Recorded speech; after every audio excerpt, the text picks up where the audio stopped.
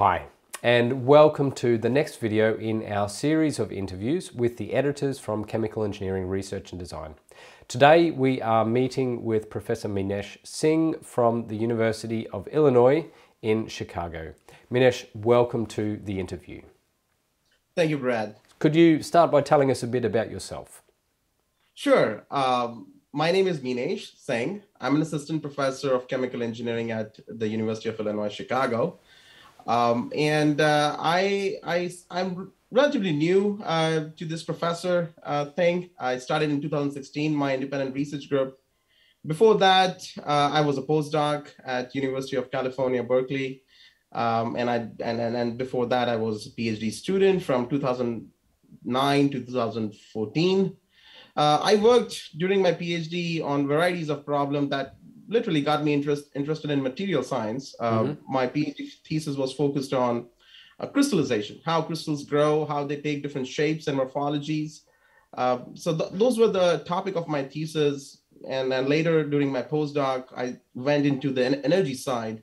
I worked there at the Joint Center for Artificial Photosynthesis. Mimicking artificial photosynthesis via inorganic elements and materials.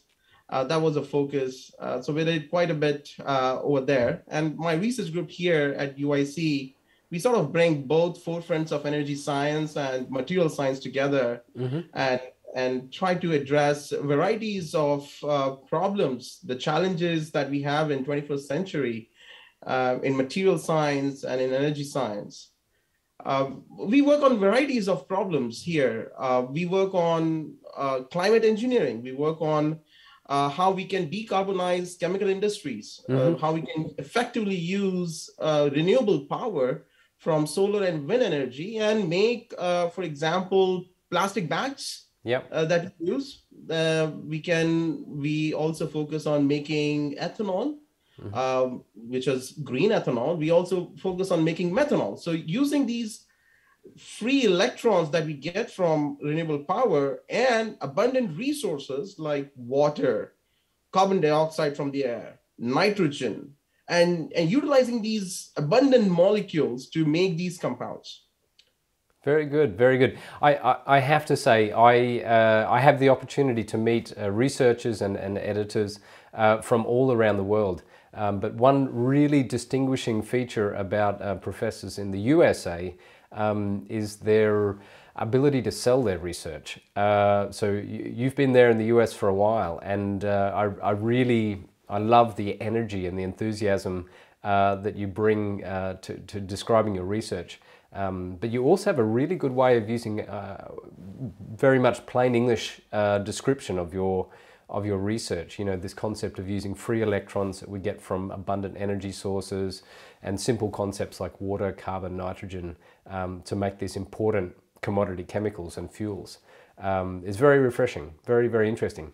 Of course, I looked through your CV and I noted that you before you came to the US to do your PhD, you studied at one of the prestigious Indian Institutes of Technology, right? Yes, that's where I started my training. I did my master's in chemical engineering from Indian Institute of Technology, Bombay. Where I did some independent research, and that really got me interested into science.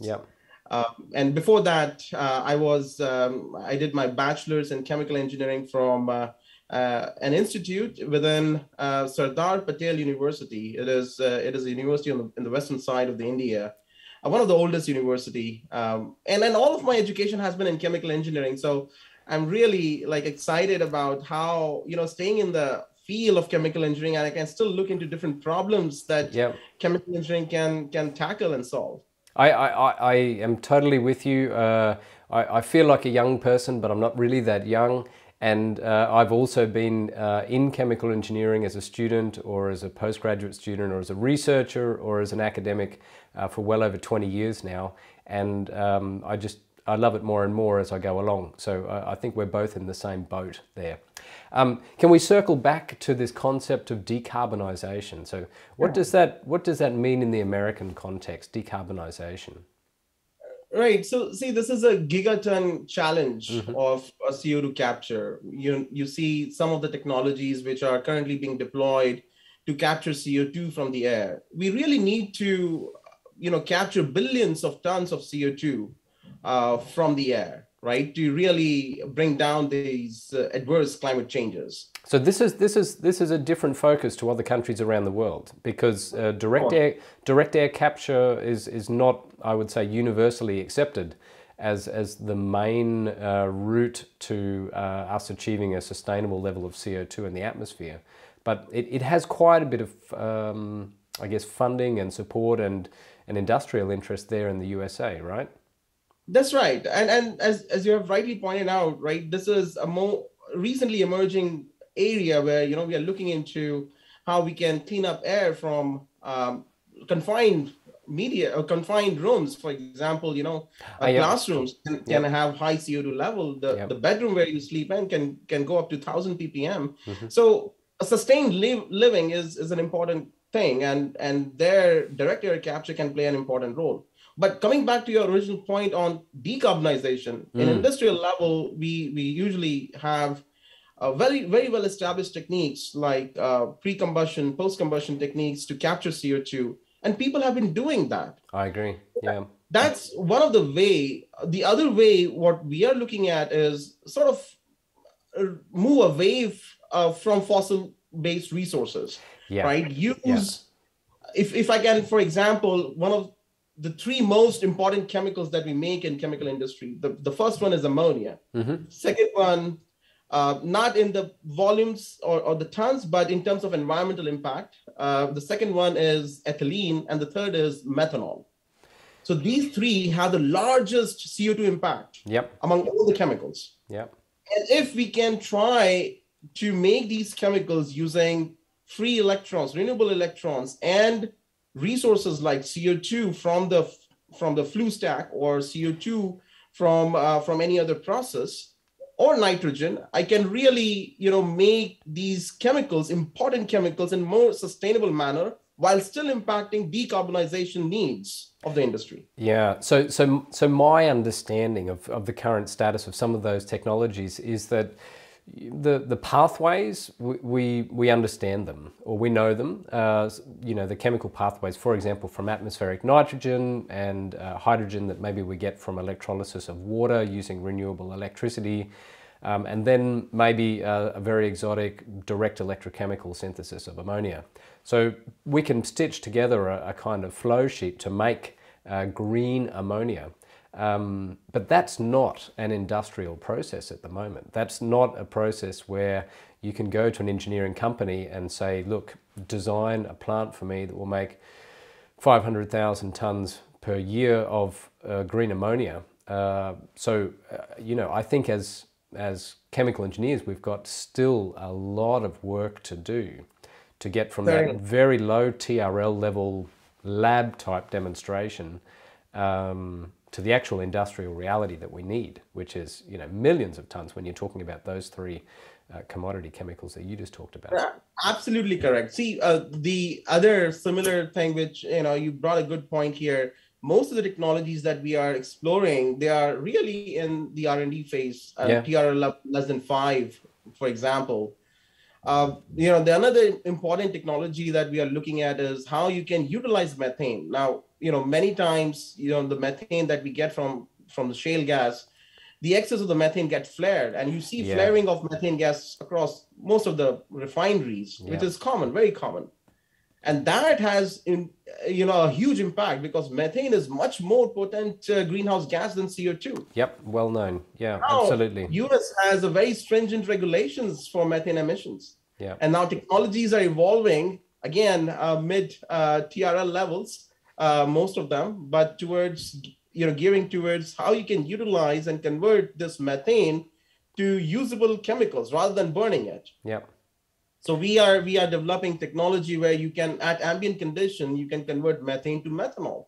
And I guess, one of the sort of different challenges in these kinds of technologies that perhaps differentiates it a bit from technology development in the past is that these technologies don't necessarily need to be scaled up to large scale. In fact, they probably need to be able to operate cost effectively at very small or small to medium scale, because a lot of those are distributed, the sources of methane. If you're talking, for example, about wellheads in the USA, that's relatively small quantities at each one, and you don't want to have to build the gathering infrastructure to bring all of that to a central location.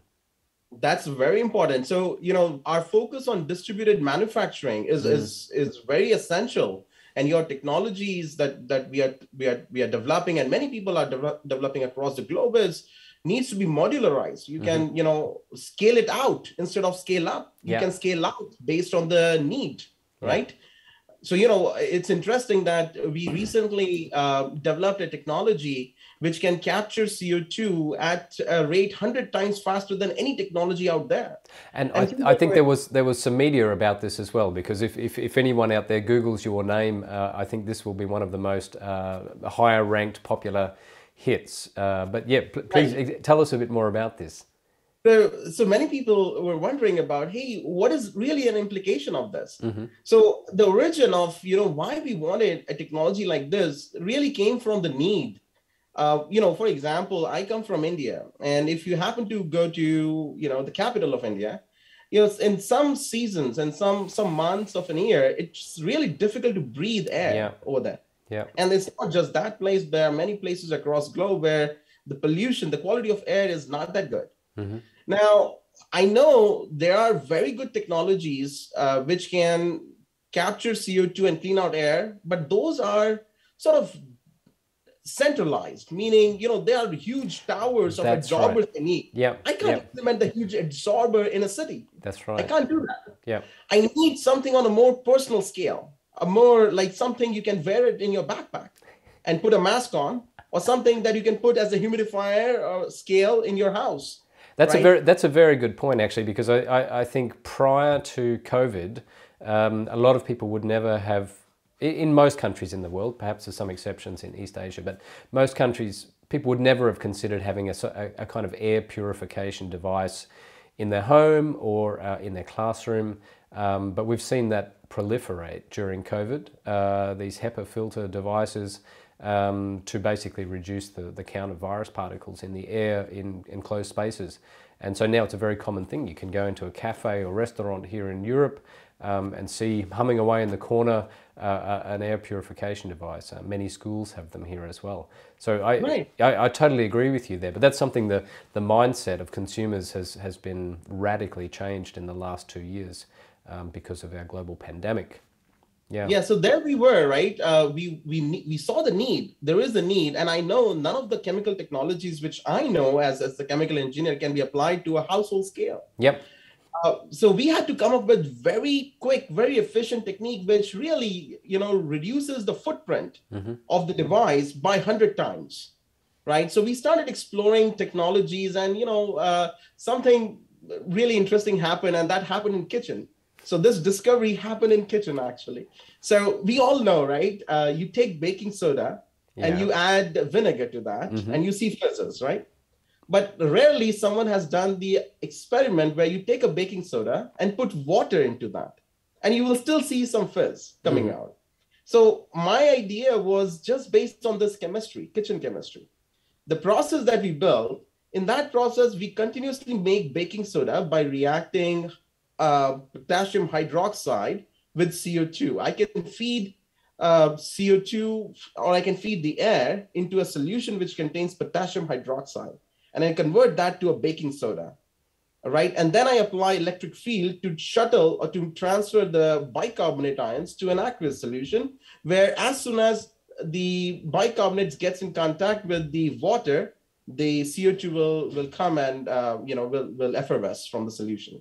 So this process really, it's a current-based process. I can increase the current, and literally you can think of an electrodialyzer where you can control the rate of CO2 capture just by tuning the knob.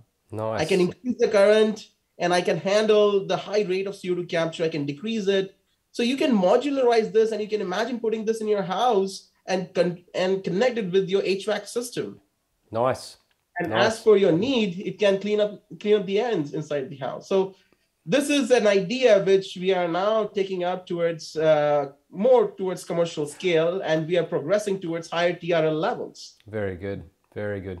And so, that's been a fascinating opportunity to talk about your research and especially, the real world impact of your research. And I can see that you're very motivated by seeking out real world solutions, problems or solutions to real world problems. That's very refreshing. And I think students really engage with that too. I bet you recruit a lot Yes. of very bright students into your lab. I think I did not do any of this. These are all my students who did the work. Oh, well, lucky you. Yes, You've got a great team. Can I chat to you a little bit about your work with the journal?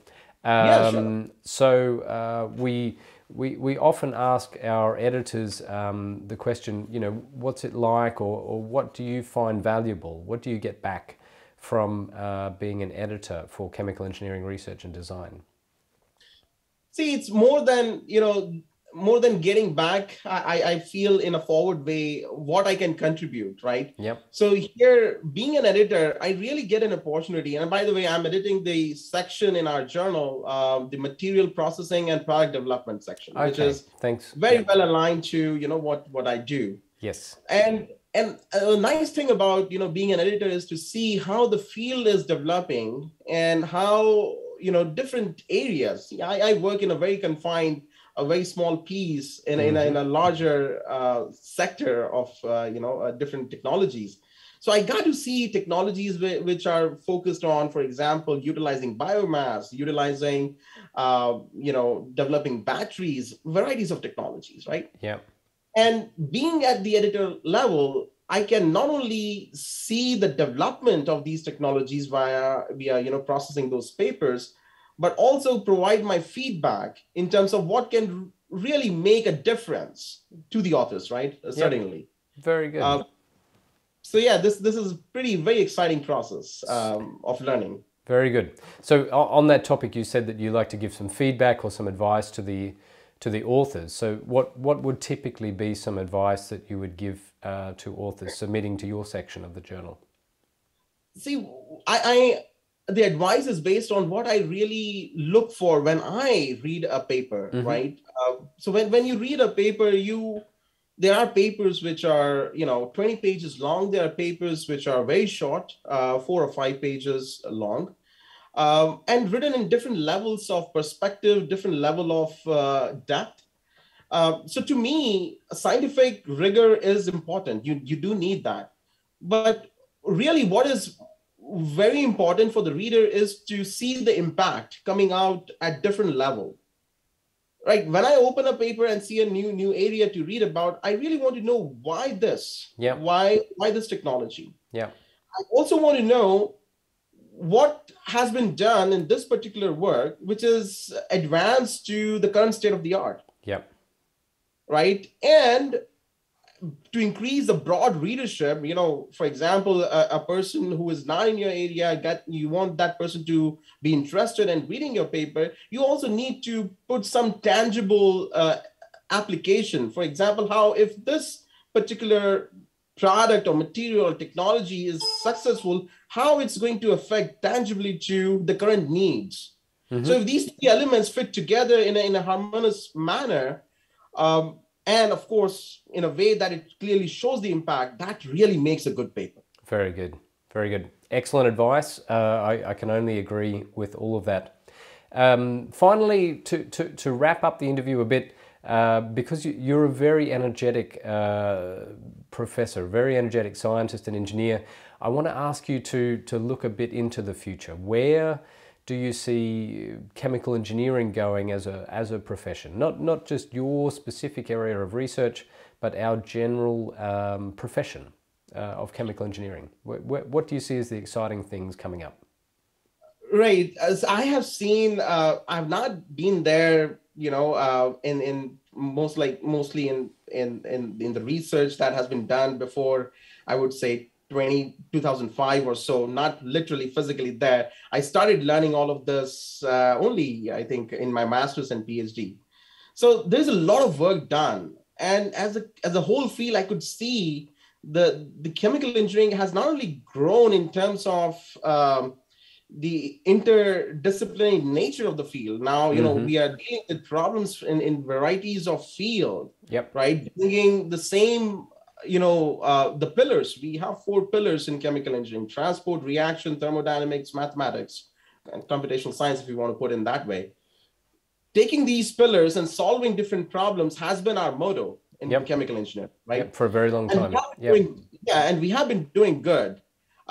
So the future I see in terms of really, broadening the scope in a way that we don't lose the essence of these pillars, but also try to include essential components which are needed to solve the current problems, right? Yeah. So to that extent, for example, I can say, traditionally, those components which I'm referring to, right? So traditionally, if you see chemical engineering, we never had electrical component to chemical engineering. Electrical component is essentially... Absolutely agree with you on that. Yep. Because that is a heart of your battery and electrochemical application, right? Electrochemical. So bringing that component really enriched the field quite a lot. I agree. Yep. Likewise, there are many, I see now, this electrical component when married with electrochemical is now touching many areas, right? So I would say, that's what we need to do. We need to bring those critical components and really enrich our field while still holding the 4 pillars that we have in chemical engineering and try to solve the problems. Wonderful perspective. I really, really like that. Meenesh, thank you so much for taking the time to meet with me this evening. Well, it's this evening here in Germany. It is a real pleasure to get to know you. I hope to make it to the ARCHE annual meeting this year in person, not virtually. And so I hope to catch up with many other American colleagues there. In the meantime, I wish you very well for the months ahead. And finally, thank you. Thank you for your work with the journal, and thank you for your time for me to get to know you, and for our readers and our authors, which ultimately these videos are for, to get to know you, so that when they submit a journal article and you're the handling editor, now they can put a face to that name if they haven't had the pleasure of meeting you before. Meenesh, thank you very much.